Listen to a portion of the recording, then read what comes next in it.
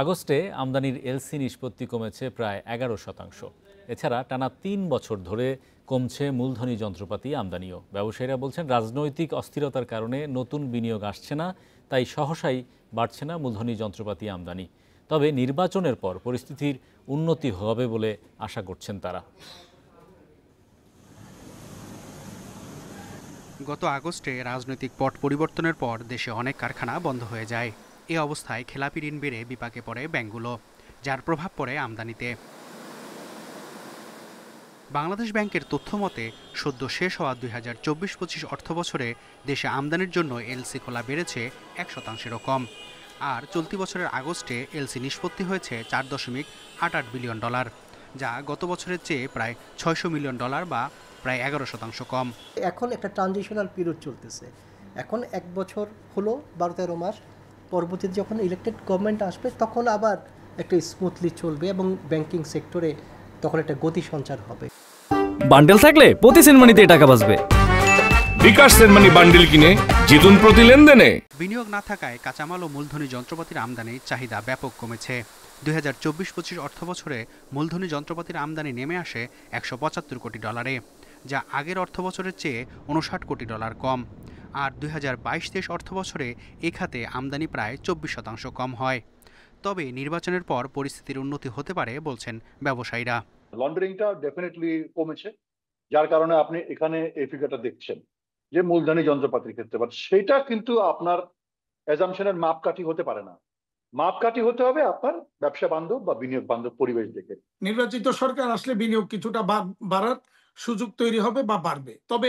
তবে গ্যাস সংকট সহ বিদ্যুৎ সংকটের যে সমস্যাগুলি আছে, ব্যাংকিং যে সমস্যাগুলি আছে, এগুলি যদি সমাধান না হয় তাহলে বিনিয়োগ খুব একটা বাড়বে বলে মনে হয় না।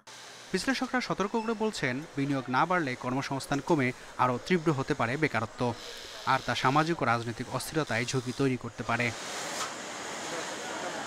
Mehedi Hasan, independent news, Dhaka.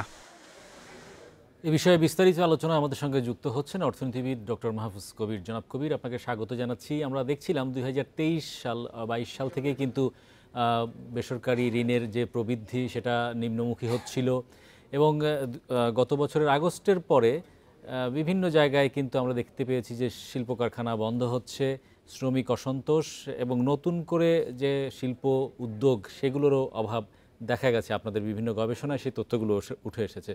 আপনারা পরিস্থিতিকে কিভাবে পর্যালোচনা করছেন?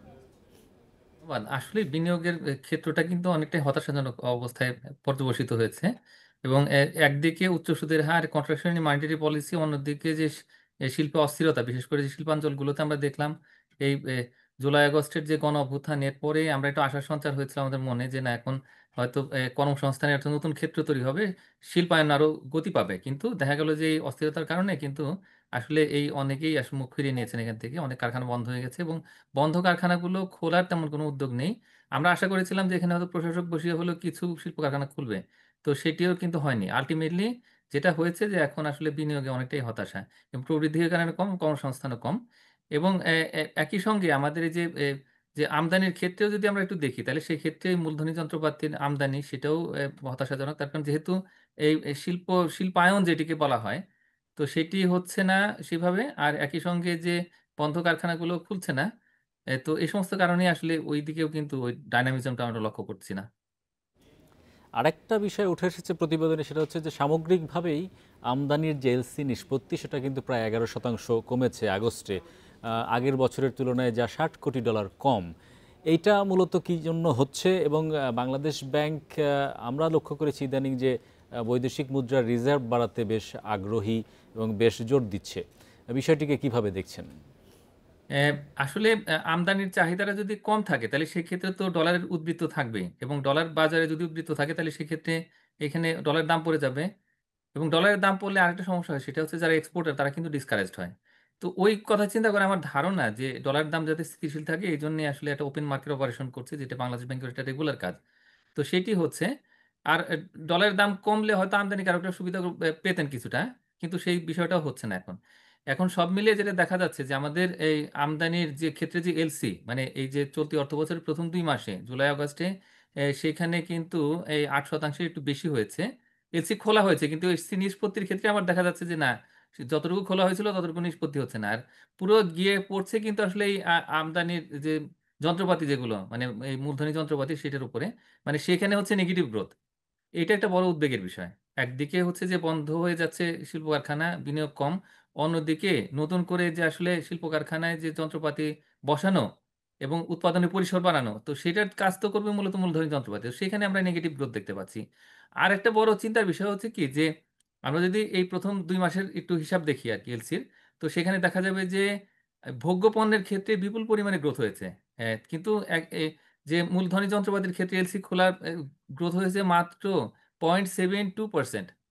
আবার একই সঙ্গে মধ্যবর্তী পণ্য, যেটা আসলে তার মধ্যে কিন্তু অনেক কিছু পড়ে, কিন্তু তার মধ্যে কিন্তু এই যে যন্ত্রপাতির যে যন্ত্রাংশ, সেই যন্ত্রাংশটাও পড়ে, তো সেই ক্ষেত্রে দেখা যাচ্ছে 11.62% হচ্ছে নেগেটিভ গ্রোথ হয়েছে। তার মানে কি, মানে হলো যে আসলে শিল্পায়নের জন্য বা এই যে কারখানাগুলোতে যে উৎপাদন বাড়ানো, সেখানে কর্মসংস্থান তৈরি, যে বিনিয়োগ, তো এই জায়গাগুলোর মধ্যে কিন্তু এই এলসি থেকেই খবর পাওয়া যাচ্ছে যে সেখানে ভালো কিছু হচ্ছে না। তো এইটাই আসলে চিন্তা এবং উদ্বেগের বিষয়। ব্যবসায়ীরা যে কথা বলছেন যে দ্রুত যদি নির্বাচন হয়ে যায় এবং একটি স্বস্তিদায়ক পরিবেশ পাওয়া যায়, তাহলে হয়তো বিনিয়োগ পরিস্থিতি ঘুরে দাঁড়াতে পারে। আপনি কিভাবে দেখছেন বিনিয়োগ ও কর্মসংস্থান সচল হতে কত সময় লাগতে পারে?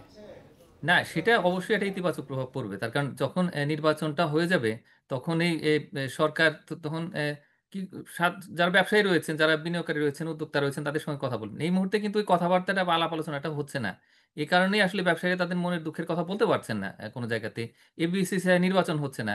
তো যার ফলে এই যে connectivity between business people and the government, specially the advisory council, তো সেটার অভাবের কারণে কিন্তু দেখা যাচ্ছে কি, যে ব্যবসায়ীরা যে তাদের হতাশার কথা, তাদের অভাব অভিযোগ, সেটা বলতে পারছেন না। তো এই সমস্ত কারণেই দেখা যাচ্ছে যে বিনিয়োগটা সেভাবে হচ্ছে না। এই নির্বাচন হয়ে গেলে আমার ধারণা যে তখন কিন্তু এই কথাবার্তা, আলাপ আলোচনা সেগুলো হবে, এবং হলে তখন কিন্তু এই যে যেমন কন্ট্রাকশনাল মার্কেট পলিসি, সেখান থেকে বের হয়ে আসতে পারবো আমরা, সুদের হার কমবে, এবং এই যে ব্যবসার যে খরচ, সেগুলো কমবে। এবং আরেকটা যেটা ঘটনা ঘটবে, সেটা হলো যে বৈদেশিক বিনিয়োগে কিন্তু এখন একটা স্থবিরতা রয়েছে, তো সেটাও কেটে যাবে। তার কারণ বাংলাদেশ থেকে তখন বিজনেসম্যান একটা পজিটিভ সিগন্যাল দিবেন পৃথিবীকে, যে একটা ব্যবসায়িক পরিবেশ তৈরি হয়েছে। তো সেইভাবে করে আমার ধারণা যে নির্বাচনের পরে হয়তো একটা ইতিবাচক পরিবেশ তৈরি হতে পারে। ধন্যবাদ জনাব মাহফুজ কবির আমাদের সঙ্গে যুক্ত হওয়ার জন্য।